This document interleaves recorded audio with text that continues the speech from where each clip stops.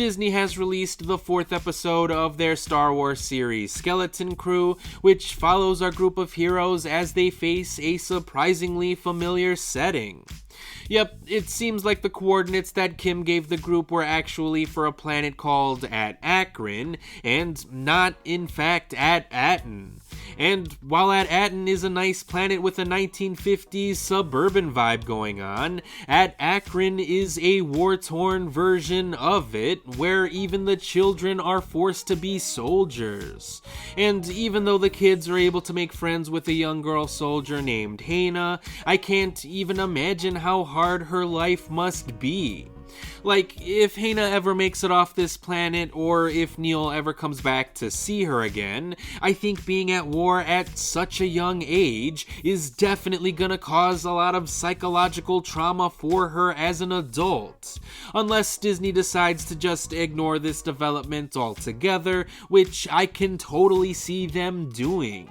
Either way, the kids head to a building that resembles the supervisor's tower on Attin, and they find that it contains the coordinates to other similar planets.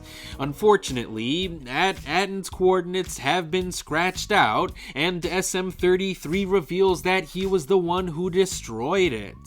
Apparently, his memory had been wiped by his former captain, who also ordered 33 to attack anyone who went poking around for his treasure on Attin. So 33 starts attacking the group, though Jod does manage to turn him off before he harms anyone. And I thought the episode was pretty good.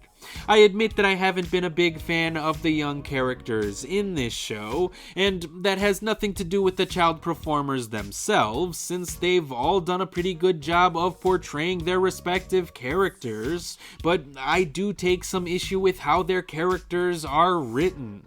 Their personality traits are all just very simple, and I can totally see how each and every one of these kids are going to arc by the end of the season. But even with that being said, I have to admit that I did love Neil's character in this episode. He showed a lot of growth and bravery here, and I can't deny that seeing him come out of his shell a little bit was definitely charming.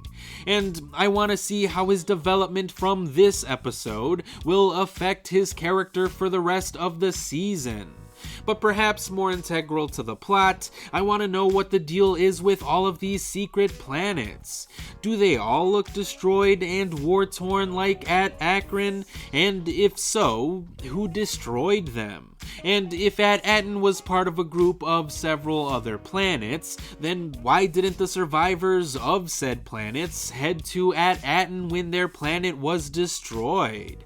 And why were an entire group of planets designed to look exactly the same in the first place? I guess we'll see if the next episode of Skeleton Crew will have any answers for us once it gets released on Tuesday.